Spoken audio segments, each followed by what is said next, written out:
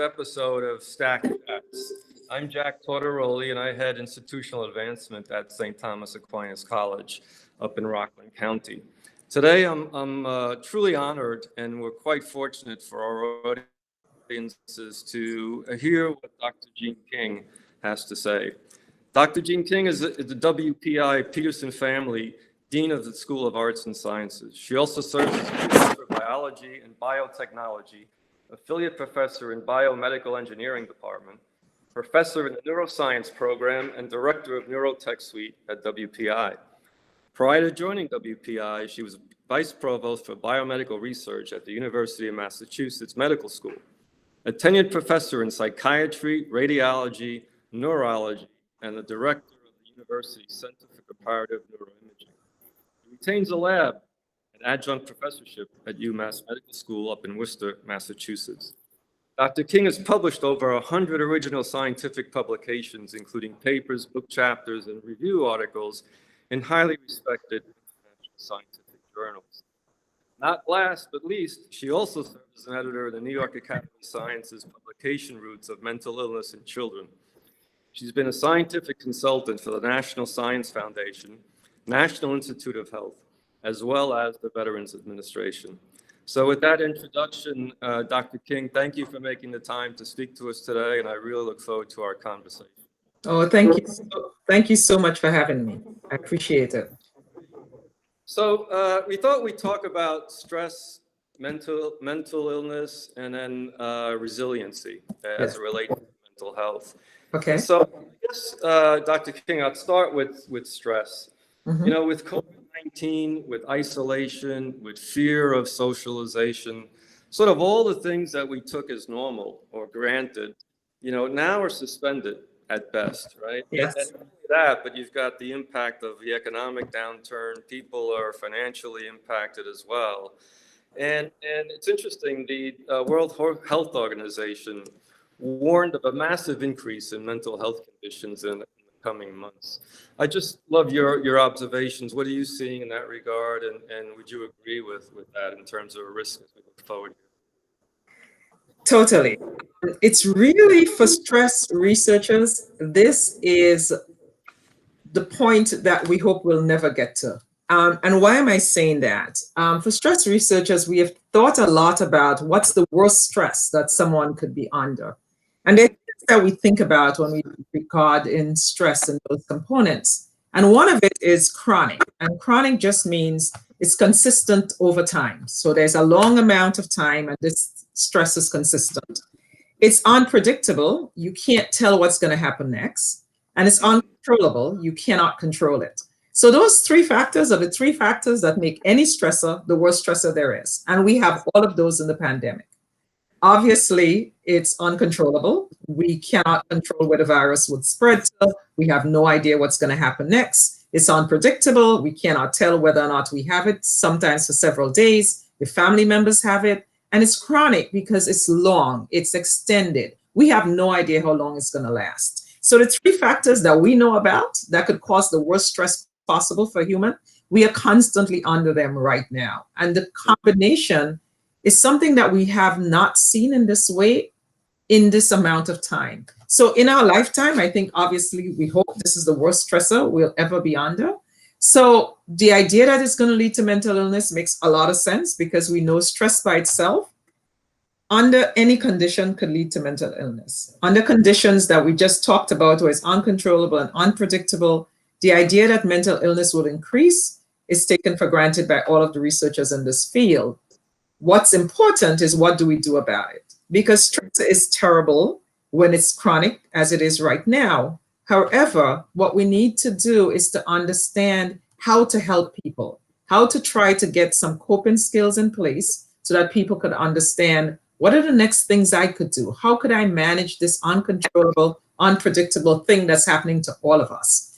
And one of the things I worry about the most, one of the ways we tell people to help manage stress is not to be socially isolated. And in this case, we also have social isolation. So the factors that we give people to cope are also not factors available to them right now. So what I would say is stay in touch with people and stay in a relationship of some kind with the people that you know that you may not be able to reach out to, you may not be able to go visit them, but talking to them on the phone and going in via Zoom. And for our young students who are listening, this is really important. I know you cannot play athletics anymore and all of the things you cannot do. Doing them anyway, virtually, if you could manage it, if you could manage to see your friends and be 6 feet apart and stay isolated and wear a mask, anything you could do to be outdoors and manage to not be socially isolated will help. So yes, I totally agree that mental illness will increase. I have to agree that the coping skills that we normally give people to sort of help them through a difficult period are also under stress right now. So it's really, really difficult. And I really want people to understand that it's difficult and to also look out to others to help. Your social support network must work for you right now because there's not anything else that we could tell you to do. Right, right. Yeah, that's true. You know, I don't know if you wrote this article for the New York Times or not, but it exactly said what you just said. Really? No, I haven't even seen it, but yes. Well, it said, and I'm quoting here, living through a pandemic is nothing like surviving a natural catastrophe because it's less visible, it's less predictable, and it's a marathon rather than a sprint to safety. And that sort of encapsulates just about everything you just said in terms of, you know, what we're experiencing and the added risk to mental health. It is. It's such, oh my goodness. Yes, this really stresses me out on a daily basis because I worry about our students. I worry about older individuals. I worry about young individuals. I worry about everyone. It's not an easy time to understand stress in all of its components, but we know that these are the factors that we always look for. And now they all came together in a really horrible way. Right, right. You know, talking about young people and students, you know, you're the Dean of the Arts and Sciences School. Yep. You've been in education probably, I think, most of your career, if not all of your career. All of it. All of it. And you've done an enormous amount of research. You know, in your view, Dr. King, what could colleges and universities, particularly smaller colleges like ours, where we pride ourselves on, you know, the individual gets attention. The student here, you know, we know who they are, we know their name, we support them as best we can on campus and off campus. But what do you think when you think about mental health and you know, sort of protecting students and maybe even the ecosystem around them, their family, their friends? Where do you see points where you'd say, you know what, if we could do more of this, it would really help? So that's a very good question. Thanks for asking. I think the first thing I will do is exactly what you talked about, the ecosystem, because our students are individuals, absolutely, but they're operated in a larger system. And if they're having mental health problems, they need to know that there is safety, that they could go to someone, anyone, and say to them, I'm experiencing the following. A, it will be taken seriously. B, it will be confidential. And C, they will lead them to the next point in that continuum to health. So I would say having a great system, and I'm sure you have a student counseling center, that a student counseling center is linked to other centers on campus. If the student is in a fraternity, is it linked to the fraternity? If they're in a sorority, is it linked to that? If they're playing sports, is it linked to the athletic advisor? How could we link all of the components that a student has in their ecosystem to help them succeed? It's not one or the other. It's all of these things working together. So what I would say is coordination. Coordination is something we sometimes lack because we take the students as an individual. They come in, they see Professor X, Professor Y doesn't know. There are ways that we could maintain confidentiality at the same time. You don't have to say what's going on, but you could say, I need a wrap around the student to make sure they're doing well in school, they're doing well in athletics, they have groups that they meet with that they're doing well in, they're eating well, they're exercising, they're sleeping well, a big component that we don't think about. But we're making sure that the student has everyone around them could gather together as a macro community to survive together with that student. Because the student as a lone person probably cannot do it by themselves. If they, in fact, come to someone, at the time when our students actually come in and say, I'm not feeling well, generally that's because they've been struggling for a long time. They have tried to do it alone. They may have tried to do it with therapy. But by the time they get to us, I feel when our students say, I need help, they truly need help. And next, you need to know is you cannot judge. You really cannot judge. So the first thing I would say to any of us, do not judge the student. Just try to figure out how to help the student. Do not say to the student, well, you could get past this, or don't worry about it. No, if they feel that they're under stress and this is a hard time for them, we should accept it without any questions asked. What we need to do next is figure out how to help that student. So I agree, the ecosystem is what's important here. Coordination of what we're doing together so that the student is the center and all of us are working together to protect and help that student, of course, again, without judgment. Right. Yeah, and it's so important for an institution like ours where we really think about the students at the center, of everything we do. It's about how do we support them, how do we teach them the proper balance between athletics and studies and caring about their neighbors as well, particularly in a time like this where, it's so important to follow the protocols and really support them without being a police state, as we say, but making sure that they do take seriously, and to your point, that they feel comfortable enough where they could reach out to whoever it might be that they feel comfortable reaching out to, and then take it from there, in terms of support. The other thing I wanted to touch on, Dr. King, is not only do we have the issues related to the pandemic, but on top of that, we have issues around social justice, whether it's class, whether it's race, whether it's color, whether it's sexual orientation, whether it's your cognitive thinking or biases, even hate. And clearly, there are, I'm sure, mental health implications of that in and of itself, let alone potentially compounded by everything else we've talked about. How do you see that? How do you think about, sort of fighting against that and comforting people, around biases that are all around them, if not even worse than that in terms of, feelings for people? So I think in that regard, again, a great question. We have to reflect. We have to step back for a minute. For most of these people, they have been experiencing this all of their lives. So this particular moment is a moment in time, but for them, that would have been a lifelong experience. So stepping back and thinking, how have they gotten to this moment? What has happened before? How has this impacted them? Having conversations with our students, in very open conversations where we listen, and then think about how we're going to respond. But in responding, we have to take action. We have to show our students, because they actually look and listen, what it is or what we will be doing in the future to make sure that this is not a consistent pattern. What I talked about stress, that one of the things I just talked about is how chronic that stress is. For young people who are either fighting race or sexism, all of the other isms together, several of them could be intertwined. This has been a difficult road. They have had coping skills. And the best we could do for them is to understand what their coping skills are and try to figure out how to help them go forward with actions that we have taken. How have we actually incorporated social justice into our curriculum? Actually educate students on what that is, whether they're Black or white. What does that mean? What is the history of African American people? What is the history of sexism? How do we deal with it in terms of data? Being a scientist, obviously, everything is about data for me. How do we present the data? The feelings are there, and I get that. But there is a place for us to present data in ways that make people think again. Because people may dismiss it as, well, it's not this, or well, it's not that. The data shows that African Americans in the last 70 years have not done better economically. They have not done better in terms of all of the social justice issues that we're talking about. So poverty remains an issue, education remains an issue, housing remains an issue, everything remains an issue. So obviously they're dealing with many more things than we probably have thought about, and then trying to think systematically about how we help across these domains. So we don't fix just one thing, but we fix the culture of our institutions.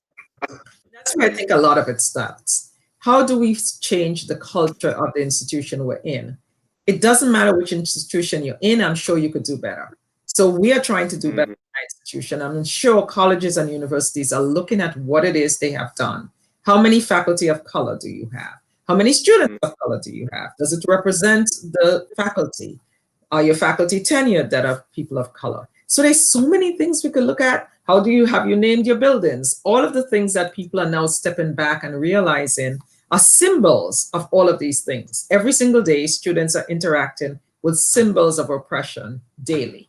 And could you think about what those symbols of oppression are in your space, independent of what space you're in? I could guarantee there's symbols of oppression that you may not have looked at before, you may not have thought about before. I had one of my students say to me, everybody in the hallway are white and male.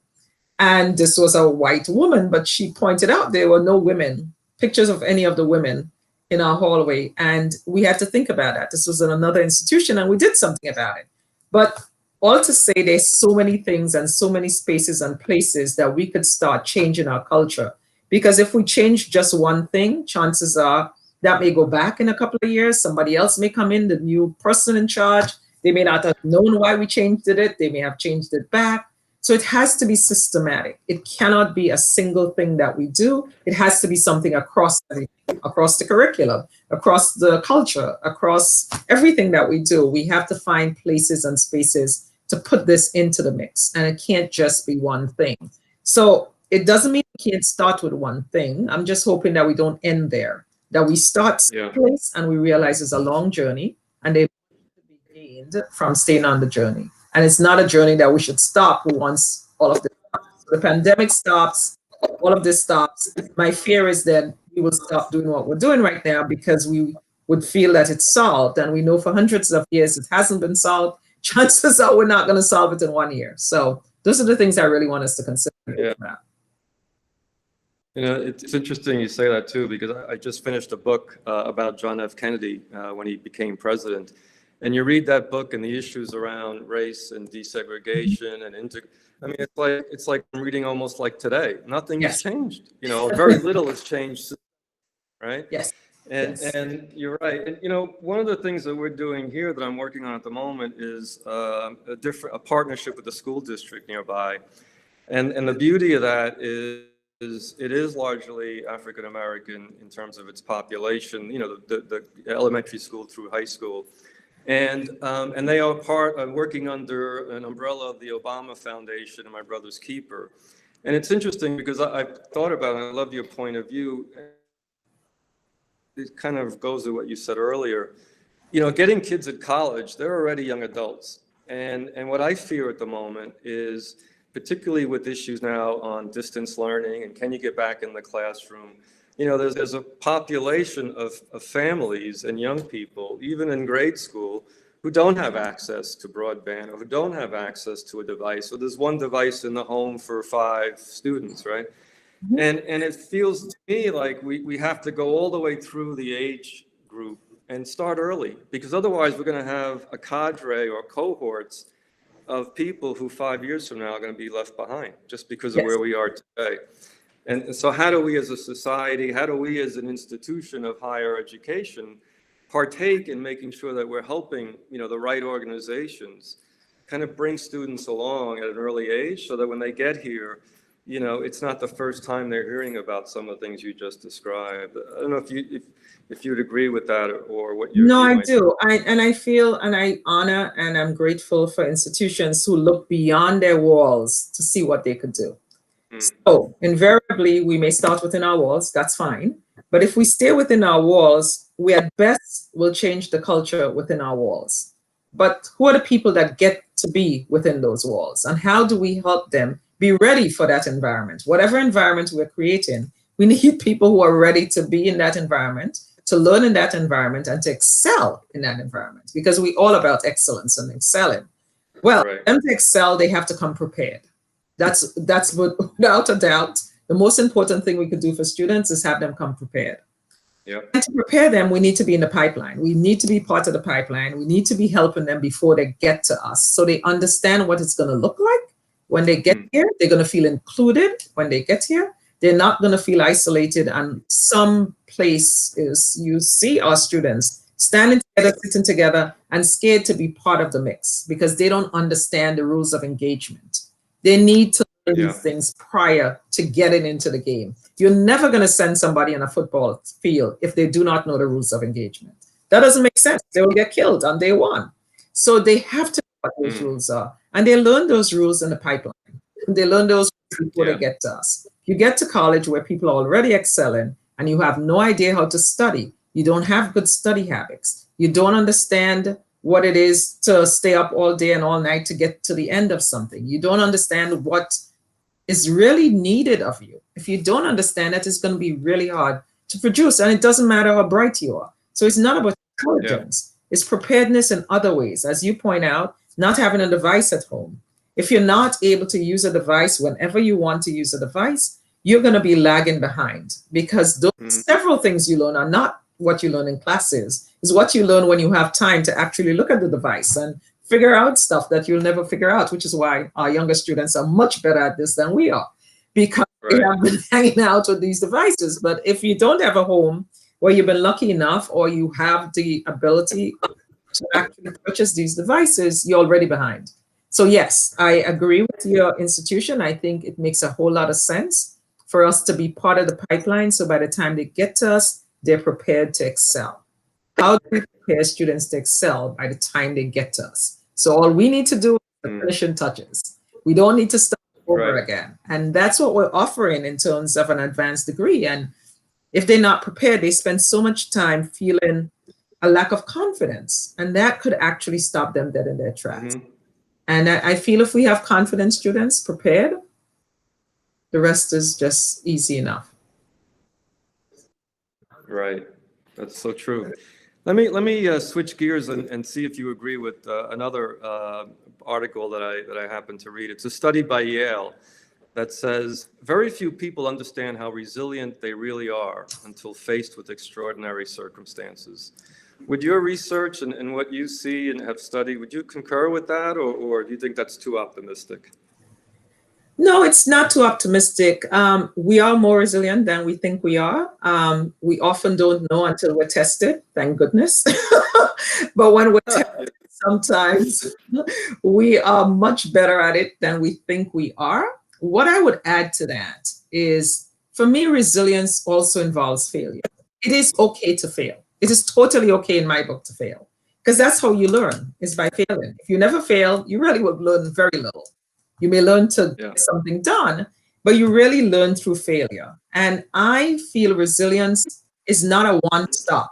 It's not like I'm resilient to this particular thing. What I feel is resilience for me is the ways of coping through a particular stressor that I could use for something else. And I build the strength, like any muscle, I build it by using it. So the more I use it, actually, the more I fail at it, the more I learn how to do it. So for resilience, to me, it's not a one-time deal. It's a building of a muscle over time. You build that muscle when you understand the muscle, you understand how to use the muscle. And that's different for everybody. For everybody, it's a different approach to this. But that you understand yourself well enough to know how to build that muscle. Just as if you go to the gym and you have a trainer, they're probably doing something totally different with you than they will do with me, because I have different muscles I need to build. And that's what resilience is. Right. The ability to help somebody cope and build strategies to overcome. But yeah, under most circumstances that we don't think we could live through, especially the death of a loved one, people do live after their parents die or their spouses die. And they will tell you, I don't think I could live, and they do. So yes, we're more resilient than we think we are. But what I really want to say in terms of resilience, it's a journey. It's a journey. It's definitely a journey. And if your young students feel they're not doing well at some point, I don't want them to give up. That's how you learn. You don't give up. You stand up the next day and try it out again. So it's a journey. It's totally a journey. Yeah. I often had said in my business life, the key is not to try and fail, but to fail fast. Yes. When you know it's not working, admit it and move on and get the muscle built, but don't continue to go on a failed journey. So true and applicable. I totally agree. And I think what happens in failure with personal failure, sometimes people are wallowing into a bit and it's only me, nobody else has done that. I've failed at this. Oh my goodness, what is wrong with me? And they spend so much time being anxious about the failure and being stressed about it that they can't figure out how to get out of it. And I think telling them, you know what? People have done exactly that before and they are successful. They got up and they figured it out. So yes, I agree, fail fast and figure it out fast. Well, and I think also to your point, celebrate failure. If the intent is genuine and good and you fail, that's okay. And we Totally should okay. celebrate the effort. So, It's totally okay. It's totally okay. great. Agree with you. And I Well, Dr. King, you have to go teach ahead. family and teachers to help. Yeah, Because they're the ones that sometimes judge, and students feel, oh my God, I did the wrong thing. It's okay, you did the wrong thing. My job as a professor is to help you figure out the right thing and how you could get there. And as parents, we do the same thing. So we want our kids to be perfect. And yeah, then we have to realize they're perfect human beings. They're not perfect. They're perfect human beings, which means there's an ability to fail, an ability to stand up again. And that's the thing that's different. It's not perfect. It's perfect human beings. They came here exactly like they were made to be. Our job is to make them the best self that they can be. And it gets complicated even for adults. yeah. No, for sure. Well, Dr. King, I appreciate your time. I really do. Our audience, I'm sure, appreciates it as well. And I hope the next time you're in the New York area, you stop by, maybe give us a guest lecture or do a town hall. Oh, I Or, love to meet your students. I love to meet your students. Given that I went to a Catholic school also, I am really excited about that and excited about the kind of education we give students. I'm excited about the fact that we make them confident human beings. And I'm excited that we always provide a community. And I like the idea that it's a small college, that students are individuals, that we're providing a small community for them to build, for them to fail in front of us, for us to help them get up, and for us to send them into the world to change the world. So absolutely, I love colleges like yours, and I'm hopeful if I'm down there, I'll love to get to meet your students. terrific. Dr. King, thank you so much for your time. Thank you, I appreciate Good luck it. in your work. It's all so important. So thank you very much. Thank you, I appreciate it. Bye. Okay. Bye-bye. Bye-bye. Bye. So you stop recording.